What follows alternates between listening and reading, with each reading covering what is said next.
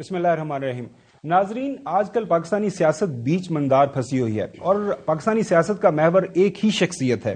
وہ شخصیت، اسی شخصیت کے نام سے تمام اخبارات کے اندر آپ کالم دیکھیں، اخبارات کے اندر سرخیاں دیکھیں، ٹیلی ویژن پروگرام دیکھیں، اسی شخصیت کے نام سے شروع ہوتے ہیں اور اسی ہی شخصیت کے نام پہ ختم ہوتے ہیں. آج ہم اسی شخصیت کے پاس موجود ہیں یہ جاننے کے لیے کہ آئندہ جو پاکستانی سیاست ہے وہ کس کربٹ بیٹھے گی، کس نہج پہ جا کے پہنچے گی، کیا کوئی سدھار آنے والا ہے. ہم موجود ہیں نن ادر دین پاکستان تحریک انصاف کے چیئرمین سابق پرائم منسٹر عمران خان صاحب. ویلکم ٹو دا شو خان صاحب. شکریہ. How you feeling? سلو ہے، آہستہ آہستہ ریکور کر رہا ہوں. اللہ نے بڑا کرم کیا، یعنی اس سے بہت برا ہو سکتا تھا. جو موجودہ حکومت ہے وہ ابھی تک یہ سوال اٹھا رہی ہے کہ جی گولیاں لگی نہیں ہیں.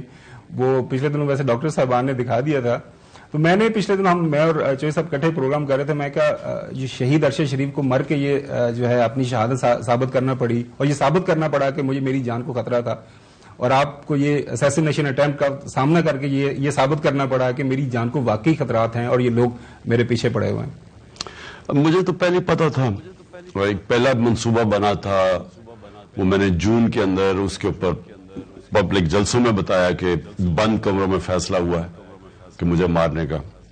اور میں نے پھر ایک ٹیپ بھی بنائی، میں نے باہر رکھی کہ کون سے وہ لوگ تھے جو اس میں ملوث تھے.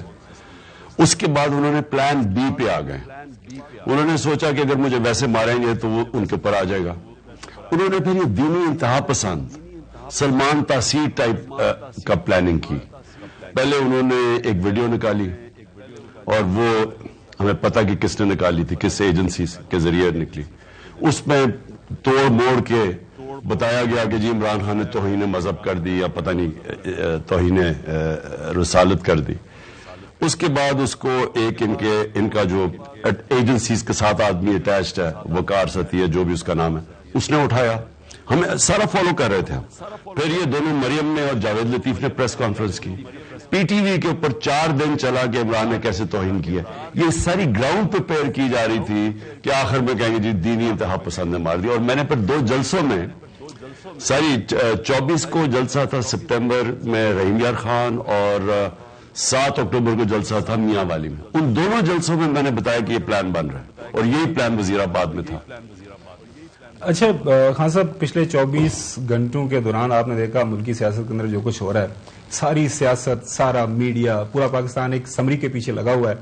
سمری رات کی چلی گئی ہے. آج خبریں آ رہی ہیں کہ پرائم منسٹر صاحب نے اپنے اتحادیوں سے کوئی مشاورت بھی کر لی ہے اور اگلے 12-24 گھنٹے کے دوران وہ فائنل کر دیں گے کہ آئندہ جو تعیناتیاں ہونی ہیں آرمی چیف اور joint chief of staff committee کے چیئرمین کی وہ ہو جائیں گی.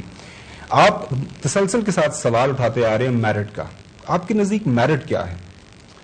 دیکھیں، ہر ادارہ، دنیا میں ہر ادارہ اس کی کامیابی ہوتی ہے میرٹوکریسی. ملک وہ آگے بڑھتا ہے جس میں میرٹ ہوتی ہے. ایک چھوٹا سا نیوزی لینڈ جس کی کوئی 60-70 لاکھ آبادی ہے، وہ ہندوستان کو ہرا سکتا ہے جس کا 1.25 ارب لوگ ہیں، کیونکہ نیوزی لینڈ کا جو میرٹ کا سسٹم ہے وہ بہت بہتر ہے.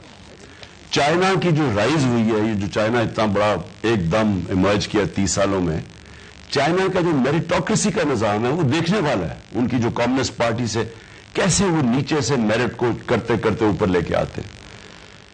تو آپ اگر ایک ادارے سے میرٹ ختم کرتے ہیں، آپ ادارہ ختم کر دیتے ہیں. یہ شریف خاندان کی اور زرداری کی، ان خاندانوں کی، ان کی جو خاص چیز تھی، انہوں نے جو ملک کو ڈیمیج کیا، انہوں نے میرٹ ختم کر دی.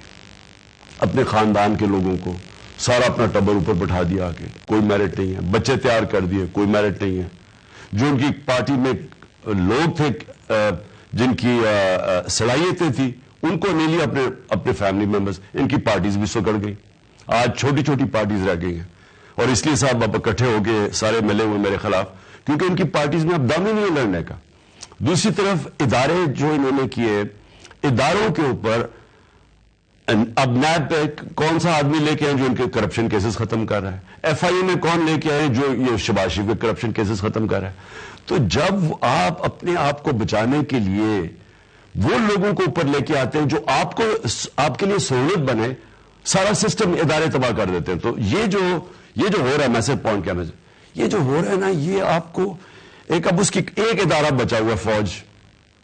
بڑی کوشش کی نواز شریف اپنے آرمی چیف چوز کرتا تھا, وہ آرمی چیف کیونکہ فوج کا ادارہ انٹیکٹ ہے, وہ اپنے ادارے سے ایک لمٹ تک اگر وہ نواز شریف کے ساتھ چلے بھی, وہ اس سے آگے جا نہیں سکتا کیونکہ ادارہ انٹیکٹ ہے. اب یہ جو کر رہے ہیں, اس کا سب سے بڑا نقصان کیا ہے؟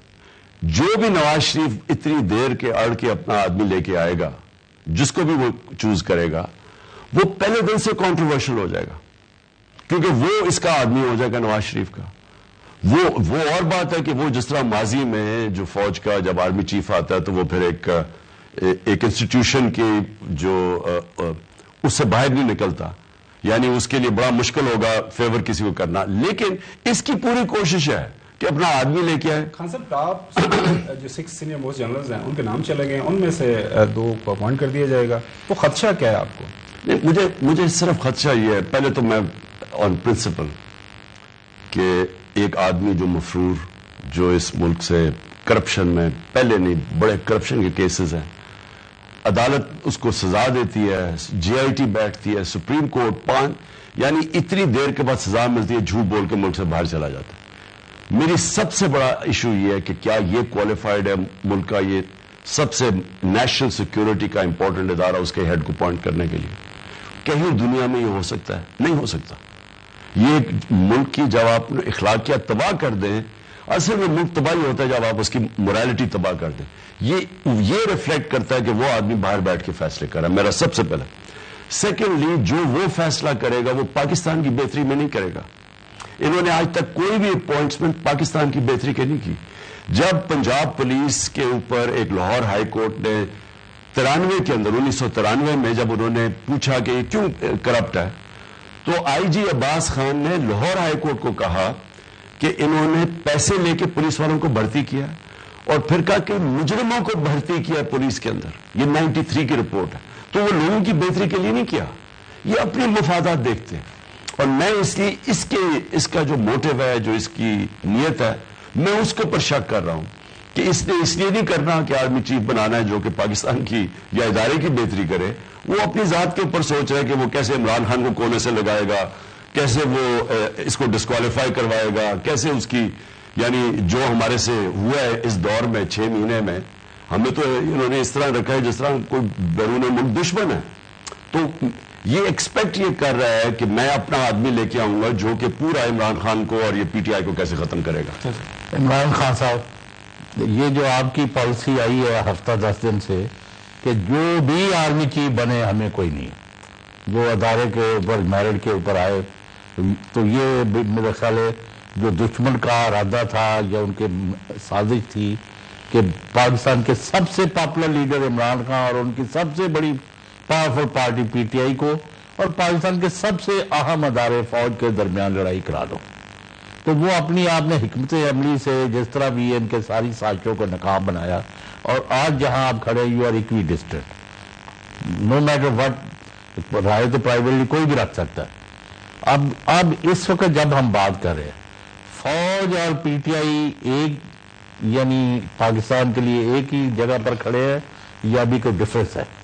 دیکھیں غلام حسین صاحب, ایک چیز یاد رکھنا کہ فوج کا ڈسپلن ایسا ہے اور اس لیے وہ ادارہ بچا ہوا ہے. باقی ادارے تو ان دونوں خاندانوں نے ختم کر دیے, اور مارشل لا بھی آتا ہے تو وہ ادارے کمزور کر دیتا ہے کیونکہ وہ قانون کے اوپر آ جاتا ہے. تو جب رول آف لا نہیں ہوتا تو سب سے ریفلیکٹ وہ کرتا ہے کہ ادارے تباہ ہو جاتے ہیں. ہر ادارہ آئین نے اس کو رائٹ دیا ہوتا ہے کہ اس کے بیچ میں آپ فنکشن کریں. جب وہ ادارے اپنے رائٹ بھی نہیں استعمال کر سکتا اور دوسرا ادارہ اپنے باہر نکل جاتا ہے اپنے جو اس کو آئین نے اس کو دیے ہوئی حیثیت, تو وہ ملک میں پھر رول آف لا ختم ہو جاتا ہے اور وہ سب سے بڑی تباہی ہوتی ہے. تو میں نے تو یہ کہا تھا کہ میرا کیا کنسرن ہے کون آرمی چیف بنے, جو میرٹ پہ بیسٹ ہے اس کو بنا دو. میں نے کون سے اپنے کوئی کرپشن کیسز ختم کرنے ہیں, یا میں نے کوئی الیکشن جیتنے کے لیے ان کی مدد چاہیے, مجھے کس چیز کی مدد چاہیے. تو اور یہ نہیں بات غلام حسین صاحب, میں وہ کرکٹ کی 200 سالہ تاریخ میں وہ کیپٹن ہوں جو نیوٹرل امپائر لے کے آیا تھا. عموماً ہوتا تھا اب اپنے اپنے امپائر ہوتے تھے. تو مجھے یاد ہے ہماری ٹیم بھی بڑی گھبرا گئی, ایک آؤٹ ہو گیا جو منیا نہیں تو دوبارہ آ جا. وہ تو نہیں، میں اور کہہ رہا ہوں، میں یہ کہہ رہا ہوں کہ میں سمجھتا ہوں کہ ملک جب تک، کیونکہ میں نے تو جی اپنی زندگی کے 20 سال ایک وہ ملک دیکھا ہوا ہے اندر سے، برطانیہ کو، وہ میں نے دیکھا وہ کامیاب کیوں ہے، وہ قانون ہے، وہ انصاف ہے، وہ انسٹیٹیوشنز مضبوط ہیں، وہ آدمی کمزور ہے. میں نے آج تک نہیں سنا کہ برطانیہ کا آرمی چیف چینج ہوا ہو تو اس کی اتنی سی بھی خبر نکلی ہو. یہاں تو سارا ملک اب چھوڑے یا 7-8 بلکہ 1 سال سے ڈبیٹ ہی ایک یہ چل رہی ہے کہ جو آرمی چیف کون بنے گا. مجھے وہ کہتے ہیں کہ جی میں وہ جنرل فیض کو پش کر رہا تھا اور یہ عمران خان اپنا، یہ اپوزیشن والے کہتے ہیں. میں آپ کو اوپر والے کو گواہ بنا کے یہ کہتا ہوں، میں نے کبھی سوچا ہی نہیں تھا کہ کون آرمی چیف بنے گا. پچھلی اکتوبر یا سپٹمبر جب سے بھی یہ ڈرامہ شروع ہوا، میں نے تو سوچا بھی نہیں تھا. میرے تو ذہن، کیونکہ وہ اتنی دور تھا ابھی آرمی چیف کی سلیکشن، میرے تو ہر روز اتنے زیادہ مسئلے مسائل تھے، میں تو ان کا سوچ رہا تھا. اور میں تب بھی یہ سمجھتا تھا کہ جو بیسٹ ہوگا ادارے کو وہ وہی مضبوط کرے گا. خان صاحب، یہ ایک چیز تو بیونڈ ڈاؤٹ آپ اسٹیبلش کر گئے ہیں کہ پاکستان تحریک انصاف لیڈ بائی عمران خان ان سے زیادہ پاپولر اور ان سے زیادہ پاور اور ان سے زیادہ پاپولیرٹی پاکستان کے اندر کسی کے پاس نہیں. یہ کامیابی is not a mean success, major success ہے. لیکن اب 26 نومبر کو جو آپ پنڈی میں پوری کال دے دی آپ نے پورے ملک کو، اور انشاءاللہ آپ بھی، نو میٹر آپ کی صحت ابھی اتنی اچھی نہیں ہے لیکن آپ پھر بھی رسک لے کے جا رہے ہیں، اللہ تعالیٰ آپ کی حفاظت فرمائے، آمین. تو اب آپ یہ 26 کو یا 26 کے 26 گھنٹے بعد کیا توقع کر رہے ہیں؟ What do you want to achieve now? Ghulam Hassan صاحب دیکھیں، پاکستان ایک ڈیفائننگ مومنٹس ہے اس کے، ایک دو رائے پہ آ گیا. میرا یہ اب سے نہیں، میں بڑی دیر کا سوچ رہا تھا یہ پچھلے 7-8 مہینے سے کہ ہم جدھر پہنچ گئے ہیں نا، اگر ہم نے اپنے ملک کو اب چینج نہ کیا، یعنی مختلف طریقے سے نہ چلایا، تو یہ اب ملک آگے جا رہا ہے تیزی سے نیچے. اور میں نے ایک اس کے ساتھ سمی ابراہیم کے ساتھ انٹرویو کیا، اور میرے خیال میں یہ تھا 1 جون کو میں نے انٹرویو کیا. میں نے اسے کہا کہ ان سے یہ سنبھالا نہیں جائے گا، معیشت نہیں سنبھالی جائے گی، اور یہ ہمیں لے کے چلے جائیں گے ڈیفالٹ کی طرف، کیونکہ ان کا مقصد تو معیشت کبھی تھی. وہ کون سا سنہرا دور تھا جب انہوں نے ہماری معیشت ٹھیک کی ہے؟ مجھے بتا تو دینا. ہم نے ان کو 30 سال سے دیکھ رہے ہیں. مجھے ایک دور بتا دیں کہ انہوں نے آ کے کوئی ایسا پاکستان میں چینج کیا ہو کہ معیشت اٹھ جائے. ہماری معیشت ہندوستان سے اور پھر بنگلہ دیش سے پیچھے رہ گئی جب سے یہ دو آئے ہیں. تو یہ جب ہمیں چھوڑ کے گئے تھے 2018 میں، تو ملک کا کبھی دیوالیاں نکال کے گئے تھے. 99 میں جب یہ گیا تھا، یہ جب نواز شریف گیا تھا مشرف، تب پھر دیوالیاں نکل گیا تھا. تو مجھے یہ، میں سمجھنے کی کوشش کر رہا تھا کہ اب انہوں نے کیا، جو ان کو لایا گیا اور ہمارے اوپر مسلط کیا گیا، اب انہوں نے کیا کرنا ہے مختلف. تو میں نے تو جنرل باجوہ کو بھی کہہ دیا تھا، میں نے شوکت ترین میں بھی جا کے اس کو بتایا کہ اگر آپ نے اس وقت یہ سازش کامیاب ہونے دی، ان سے ملک نہیں معیشت نہیں سنبھلے گی. اور میں نے جب 1 جون کو یہ دیا، میں نے کہا کہ یہ ڈیفالٹ کی طرف جا رہا ہے. اور ڈیفالٹ کا مطلب کہ جب آپ کی نیشنل سیکیورٹی، ہم نے پالیسی بنائی ہے نیشنل سیکیورٹی کی، کہ اگر آپ کی اکانومی نیچے جاتی ہے تو آپ کی دوسری سیکیورٹی بھی نیچے جاتی ہے، جو سوویت یونین سے ہوا تھا. مجھے کہتی تھی غداری کے عمران خان کے اوپر کیس کر دو، میرے اوپر انہوں نے صاحب نے کہا. اب آپ دیکھ لیں ذرا حال، آج پاکستان جدھر کھڑا ہے، اب مجھے یہ بتائیں کہ کیا کسی کے پاس اب کوئی روڈ میپ ہے؟ کیا یہ گورنمنٹ مجھے بتا سکتی ہے کہ اب یہ کیا کرے گا مختلف؟ کیا اسحاق بتا سکتا ہے کہ آج جو پاکستان کا اندر سے بزنس سارا اعتماد اٹھ گیا؟ گیلپ میں 88% بزنس نے کہا کہ یہ غلط طرف ہے، اعتماد نہیں. باہر جو ہماری رسک ریٹنگ ہے کہ ہم ڈیفالٹ کرنے کی رسک ہے کہ ہم اپنے قرضوں کی قسطیں نہیں دے سکتے، ہم جب گئے تھے 5% تھی، آج 122% ہے. اس کا مطلب نہ کسی نے کوئی قرضے دینے ہیں کمرشل بینکس نے، نہ کوئی انویسٹمنٹ آنی ہے، یا پاکستان کے اندر لوگ بجائے سرمایہ کاری کرنے کے اب وہ ڈالر پکڑ کے بیٹھ گئے ہیں، کیونکہ وہ دیکھ رہے ہیں کہ ان کے پاس پیسہ ہی نہیں ہے قسطیں دینے کو. تو ملک اب کیسے ٹھیک کرنا ہے؟ تو اس کے اوپر کوئی بات ہی نہیں کر رہا. یہ جو اکانومی ہے تو میرا آپ کے پاس تو پلان ہے, پہلے بھی آپ کر کے دکھایا کہ نہیں, یا ڈیفالٹ کرنے دینا ہے. چلو صاحب بریک کی طرف جانا ہے, اس کے ڈسکشن جاری رہے گی اسی موضوع کے اوپر. ناظرین اسٹے ود اس.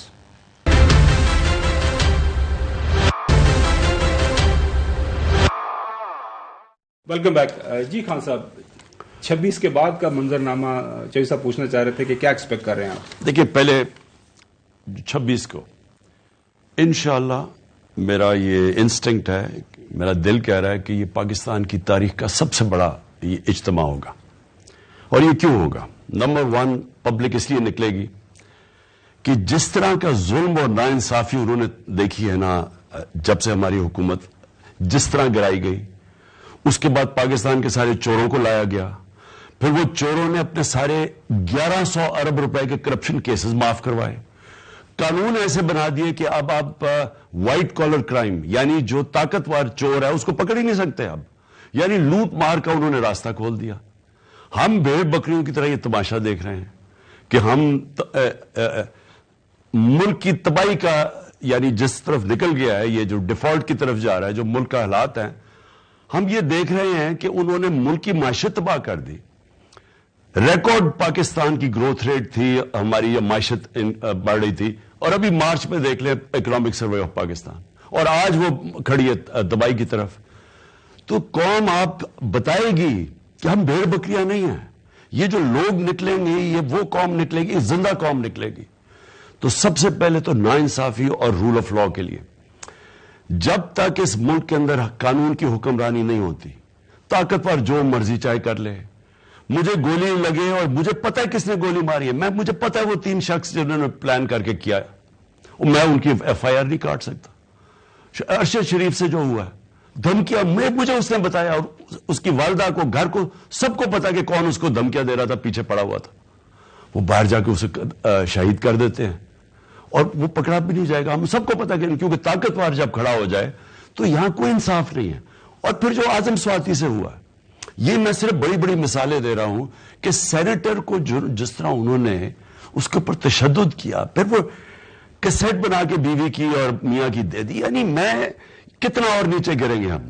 لہذا یہ آج جو قوم ہے, یہ آپ ایک اپنا رائٹ پرامن احتجاج کا جو ہمارا حق ہے اس پہ وہ نکلیں گی. پہلے تو یہ عوام کا سمندر یہ بتائے گا کہ ہم یہ اس لیے پاکستان نہیں بنا تھا کہ چھوٹا سا ٹولہ قانون کے اوپر چلا جائے, وہ جو مرضی چاہے کرے, اور بیچاری عوام کو بھیڑ بکریوں کی طرح کبھی ادھر موڑ دے, کبھی کہے کہ جی یہ ان سے بڑے چور کوئی نہیں ہے, اور اس کے بعد ان کو واپس لا کے کہے کہ جی اب ان کے پیچھے چلو, اور ان کو این آر او دے دیا. تو ایک تو اس کے لیے رول آف لا کے لیے, قانون کی حکمرانی کے لیے, اور اس کے بغیر کوئی پاکستان کا مستقبل نہیں ہے. اور دوسرا ایک ہی حل ہے اس میں سے, الیکشنز, صاف اور شفاف الیکشنز. قوم ڈیمانڈ کرے گی صاف اور شفاف الیکشن. کیوں کہ اگر آپ نے اب معیشت کو مزید گرنے سے بچانا ہے اور ڈیفالٹ سے بچانا ہے ملک کو, صرف ایک چیز بچا سکتی ہے کہ اگر ملک کے اندر سیاسی استحکام ہو, پولیٹیکل سٹیبلٹی ہوگی تو اکانومی اب اٹھے گی. اکانومی تو اب نیچے جا رہی ہے, کسی نے انویسٹ کرنا پاکستان میں, کسی نے پیسے نہیں دینے پاکستان کو, اور ایک دفعہ ڈیفالٹ کر کے یعنی قرضوں کی قسطیں ہم نہ دے سکے, اس کے بعد جو آئے گا بحران ملک میں, اور جو مہنگائی آئے گی اور جو تباہی آئے گی, تو اس سے بچانے کے لیے راستہ ایک ہے. مصیبت کیا پڑی ہوئی ہے, کیوں نہیں الیکشن ہو رہے؟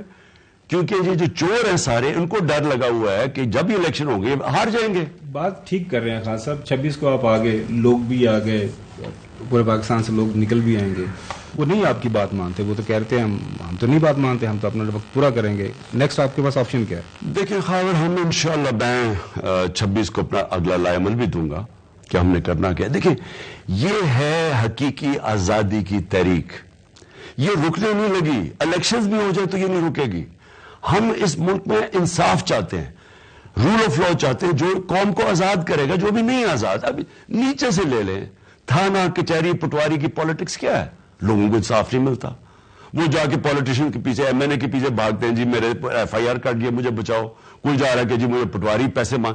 تو یہ باہر کیوں نہیں ہے, یورپ میں کیوں نہیں ہے تھانہ کچہری پٹواری؟ وہاں یورپ میں قبضے گروپ کیوں نہیں پھر رہے؟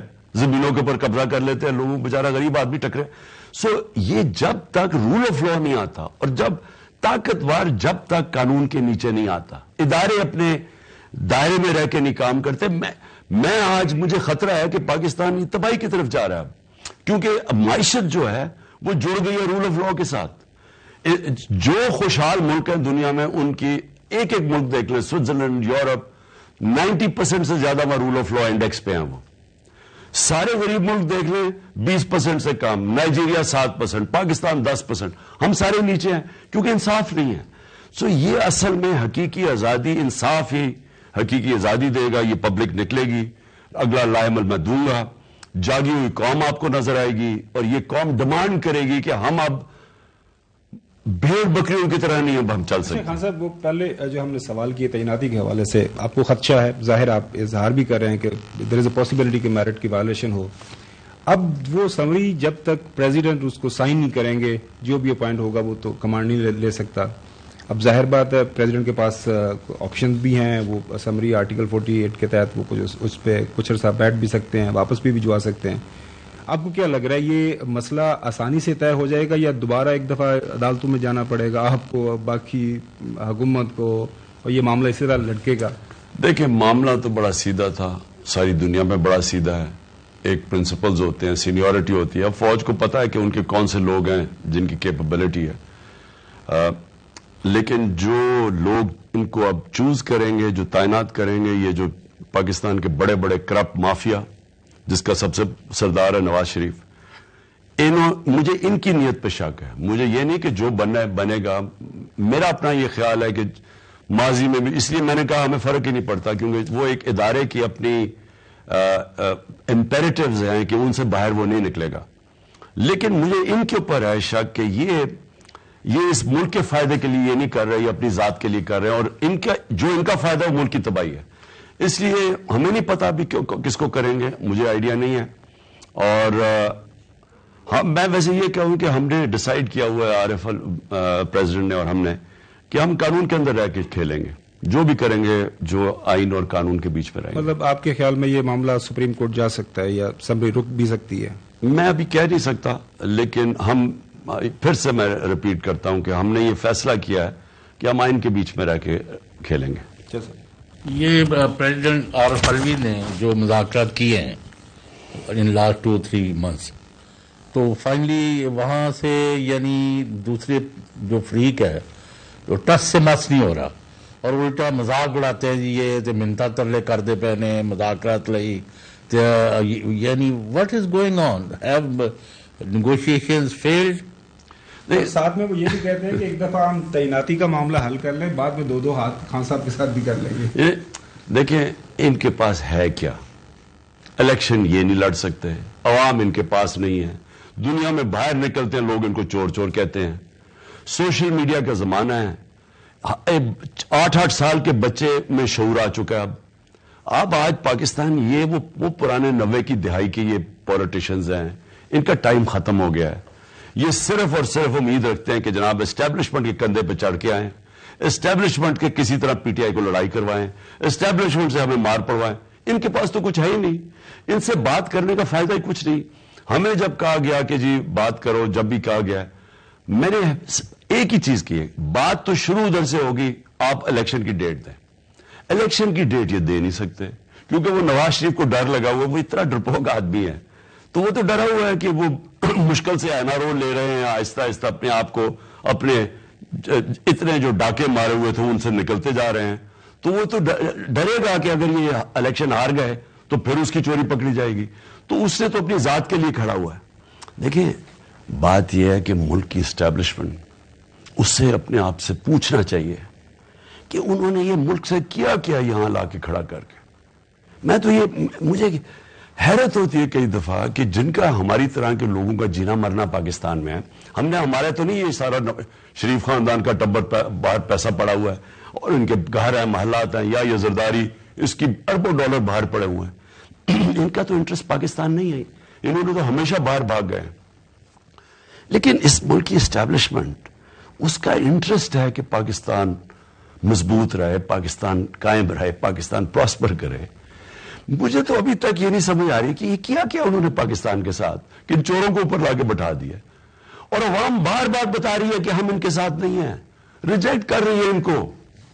اور پھر اس آدمی یہ فیصلہ کر رہا ہے آپ کے پاکستان کا آرمی چیف, اور یہ اس کے ذہن میں بار بار یہ کہہ رہا ہوں, اس کا ایک انٹرسٹ ہے کہ کسی طرح وہ عمران خان کو اور پی ٹی آئی کو وہی کہ پینٹا لگائے ان کو, وہ ظلم تو عوام کو یہ کہاں سے شکست دے سکتے ہیں؟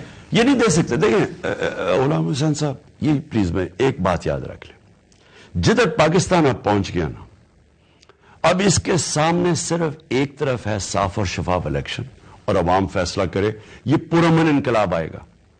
دوسری طرف یہ جو خدا نہ خواستہ یہ کوشش کر رہے ہیں لے جانے کی کہ ملک کی سب سے بڑی پارٹی کو کرش کیا جائے اسٹیبلشمنٹ کے ذریعے, لڑایا جائے آپس میں, تاکہ جو ایک فیڈرل پارٹی رہ گئی ہے جو ملک کو اکٹھا رکھ سکتی ہے اس کو کمزور کیا جائے. اور وہ ایسٹ پاکستان میں جو ہوا تھا ہمیں سب کو یاد ہے کہ کیا کیا تھا انہوں نے, کہ فوج کو لڑا دیا سب کے بڑی پارٹی سے, ملک ٹوٹ گیا. پولیٹیکل پارٹیز ملک کو اکٹھا رکھتی ہیں, فوج نہیں اکٹھا رکھ سکتی. سو یہ کرنے کیا جا رہے ہیں, اپنے آپ کو بچانے کے لیے یہ ملک کو خودکشی کروا رہے ہیں. لیکن سوال تو اسٹیبلشمنٹ نے اپنے آپ سے پوچھنا ہے کہ آپ کو تو سب سے زیادہ پتہ ہے ان کی چوریوں کا, تو کیا آپ اس وقت پہ بیٹھ کے کیا ان چوروں کو موقع دیں گے کہ یہ ملک کی مزید اور تباہی کریں؟ اب تو یہ پتہ چل گیا نا جی کہ جو ہم سنتے تھے کہ جی وہ ہو بڑا یہ انہوں نے کوئی اسحاق ڈار آ کے کچھ کر دے گا, تو شہباز شریف کی کوئی پنجاب سپیڈ تھی. اب تو پتہ چل گیا نا کہ ان کے ہاتھ میں نہ ان کے پاس کوئی روڈ میپ تھا, نہ ان کے پاس کوئی لوگ ہیں جن کی قابلیت ہے. یہ چوروں کا ٹولہ مل کے انہوں نے آج ملک کو ادھر لے گئے ہیں کہ ابھی سے اگر ہم کوشش کریں اور ایک بالکل نئی قسم کی پالیسیز لے کے آئیں جو میں سمجھتا ہوں کہ اب ہمیں بالکل ملک کو مختلف چلانا پڑے گا. جس طرح آپ چل رہا تھا پاکستان نہیں چل سکتا. جی صاحب, ابھی لندن میں یہ نواز شریف, مریم اور ان کے جو ہواری ہیں ان کے بارے میں سیریس ایلیگیشن لگایا ہے انہی کے لوگوں نے. تو یہ ڈیمانڈ نہیں ہوگی کہ بھئی نواز شریف اور ان کو سب کو شامل کریں, کیونکہ پاکستان کے سب سے پاپولر لیڈر پر حملہ ہوا ہے اور ڈاکو جو ہیں دنادے پھریں, چور ڈاکو, اور قاتل جو ہیں وہ پکڑے نہ جائیں, جو ایک شہید بھی ہوا ہے وہاں ارشد شریف کا. تو یعنی آپ کیا سمجھتے ہیں کہ ان لوگوں کو لانا نہیں چاہیے تھا کٹہرے میں؟ دیکھیں ساری پاکستان کو پتا ہے ان کا ماضی کیا ہے. ماڈل ٹاؤن کے اندر انہوں نے دن دہاڑے گولیاں ماری, 12 لوگوں کو قتل کر دیا, 60 لوگوں کو گولیاں لگی. میں اسپتال گیا جدھر بیچارے زخمی پڑے ہوئے تھے, جس طرح میری طرح کے پڑے ہوئے تھے وہاں پڑے ہوئے تھے. تو کوئی ان کو پکڑنے والا نہیں ہے. شہباز شریف کے اوپر ایکسٹرا جوڈیشل کلنگ کے اوپر اس کی رپورٹ ہے ایمنسٹی انٹرنیشنل یا ہیومن رائٹس کی کہ 97 اور 99 کے بیچ میں سے پتہ نہیں 900 لوگ قتل کروائے تھے پولیس کے ذریعے. وہ عابد باکسر نے آ کے ٹی وی کے اوپر بتایا کہ مجھے کیا کہ قتل کرواتا تھا. رانا ثناء اللہ سارا فیصلہ باد جاتا ہے کہ یہ کس طرح کا قاتل ہے. یہ لوگ اوپر بیٹھے ہوئے ہیں ملک کے, اور ہم یہ توقع کر رہے ہیں کہ یہ ملک یہ کیوں تباہی کی طرف جا رہا ہے اور یہ خود ہی بچ جائے گا. دیکھیں اس لیے میں 26 کو ساری قوم کو کہہ رہا ہوں نکلیں, کیونکہ فیوچر اب قوم کی ہے, لوگوں کے بچوں کا مستقبل ہے. اب تو 7 مہینے میں واضح ہو جائے کہ یہ لوگ اگر مزید اور چلیں گے, اور انہوں نے ڈرے ہوئے الیکشن سے, یہ چاہتے ہیں ہم کھینچتے رہیں, تو ملک کو تو یہ وہاں پہنچا دیں گے. انہوں نے تو باہر بھاگ جانا ہے, تو لوگوں کا کیا بنے گا جو یہاں ہیں. آج دیکھ لیں فیکٹریاں بند ہو رہی ہیں, بے روزگاری, کسانوں سے, میرے پاس کل کسان آئے ہوئے تھے, وہ کسان بیچارہ تباہ ہو گیا. نہ آپ اگر پیداوار زمین سے کر سکتے ہیں, نہ انڈسٹری, اگر آپ کی 26% تھی انڈسٹریل گروتھ ہمارے دور میں, اب وہ 0 پہ پہنچ گئی ہے. تو مجھے یہ بتائیں ایکسپورٹس گر رہی ہیں, ریمیٹنسز گر رہی ہیں. یعنی پاکستان کی جو آمدنی جس سے ہم نے قرضے واپس کرنے تھے وہ کم, $15 ارب سال میں کم ہوں گی ہماری ریمیٹنسز اور ایکسپورٹس. تو ہم نے قرضے کیسے واپس کرنے ہیں؟ تو اس لیے تو دنیا کہہ رہی ہے کہ یہ ڈیفالٹ کی طرف جا رہے ہیں. اب میں سوال یہ پوچھ رہا ہوں کہ یہ جو طاقت والے حلقے ہیں, کیا ان کو یہ نہیں نظر آ رہا؟ کیا یہ صرف عمران خان کا پاکستان ہے؟ ان کو نہیں پتا چل رہا. اس لیے قوم کا نکلنا ضروری ہے. قوم جب تک اب, اور میں نے 7 مہینے میں دیکھا ہے, پہلی دفعہ میں نے ایک زندہ جاگی ہوئی قوم دیکھی ہے. پہلے اس طرح کا شعور نہیں تھا. اچھا خان صاحب، تنقید ہو رہی ہے آپ کے اوپر کہ جو امریکی سازش کا بیانیہ تھا، پچھلے دنوں آپ نے ایک انٹرویو میں کہا کہ it's over now, it's behind me, we want better relationship with the US. اس کے اوپر بیانیہ بنانے کی کوشش کی، یہ کی جا رہی ہے کہ آپ نے بالکل اس کے اوپر ایک یو ٹرن لے لیا جو کہ آپ کو ٹارگٹ کیا جاتا ہے. اس پہ کیا کامنٹ ہے آپ کا؟ دیکھیں، یو ٹرن کئی دفعہ بہت اچھی چیز ہوتی ہے. جن لوگوں نے ہماری حکومت گرائی تھی اور انہوں نے جب دیکھا کہ پبلک آ کے ہمارے ساتھ کھڑی ہو گئی ہے تو عقل مندی یہ تھی کہ وہ یو ٹرن لیتے. یو ٹرن نہ لینے سے آج ملک کا بھرکس نکلا. لیکن میں اپنی ذرا پہلے بتا دوں کہ میں نے ہر جگہ یہ کہا ہے، ہر انٹرنیشنل میڈیا، میں نے بڑے انٹرویوز دیے ہیں کہ وہ جو سائفر تھا ڈونلڈ لو اور ہمارے جو امبیسڈر اسد مجید کے بیچ میں، وہ میں نے آ کے اپنی کیبنٹ میں رکھا، نیشنل سیکورٹی کاؤنسل میں رکھا، پارلیمنٹ میں رکھا، پریزیڈنٹ نے جا کے چیف جسٹس کو بھیجا. وہ تو ہے، تو انٹرفیئرنس تو کی ہے پاکستان نے. شہباز شریف نے جب نیشنل سیکورٹی کاؤنسل بنائی انہوں نے بھی کہا مداخلت کی ہے، تو وہ تو ہو گئی. میں ان کو آگے کا کہہ رہا تھا، میں نے کہا دیکھو میری آپ نے گورنمنٹ گرائی ٹھیک ہے، لیکن میری ذات سے زیادہ میرے ملک کے مفادات ہیں. آگے کیا میں کیونکہ میری گورنمنٹ گرائی ہے میں کہوں جی امریکہ سے ہم تعلقات ختم کر دیں گے؟ ہمارے تو سب سے بڑے ایکسپورٹ ہوتی ہے امریکہ. ہمارا سب سے زیادہ پیسے والی کمیونٹی پاکستانی امریکن کمیونٹی ہے. لہذا یہ عمران خان کی ایگو کا مسئلہ نہیں ہے، یہ جو پاکستان کے لوگوں کے مفادات ہیں وہ میں نے کہا وہ زیادہ امپورٹنٹ ہے بجائے جو میری لائکس اور ڈس لائکس ہیں. اور لوگوں کے مفادات ہیں کہ ہم آگے بڑھیں، اپنے تعلقات بڑھائیں. میں نے یہ کہا ہے. اچھا خان صاحب، ایک پرسنل سا سوال. میں نے یہ بھی کہا کہ ہم جو اب تعلقات رکھنا چاہتے ہیں، ہم دوستی رکھنا چاہتے ہیں، غلامی نہیں کرنا چاہتے. یہ میں نے بار بار کہا کہ جو پرانے تعلقات وہ ہمیں حکم کر رہے ہیں، کبھی یہ کر دو، کبھی یہ جنگ میں لڑ لو، کوئی لوگ برباد. میں نے یہ ان کو کہا کہ یہ جو ہم تعلقات چاہتے ہیں یہ جس طرح ہندوستان امریکہ کی ریلیشن شپ ہے، ہم ایک ڈگنیفائڈ ریلیشن شپ چاہتے ہیں. جی ناظرین، ابھی ایک بریک کی طرف جاتے ہیں اور بریک کے بعد اپنا جو گفتگو کا سلسلہ خان صاحب کے ساتھ جاری رکھیں گے.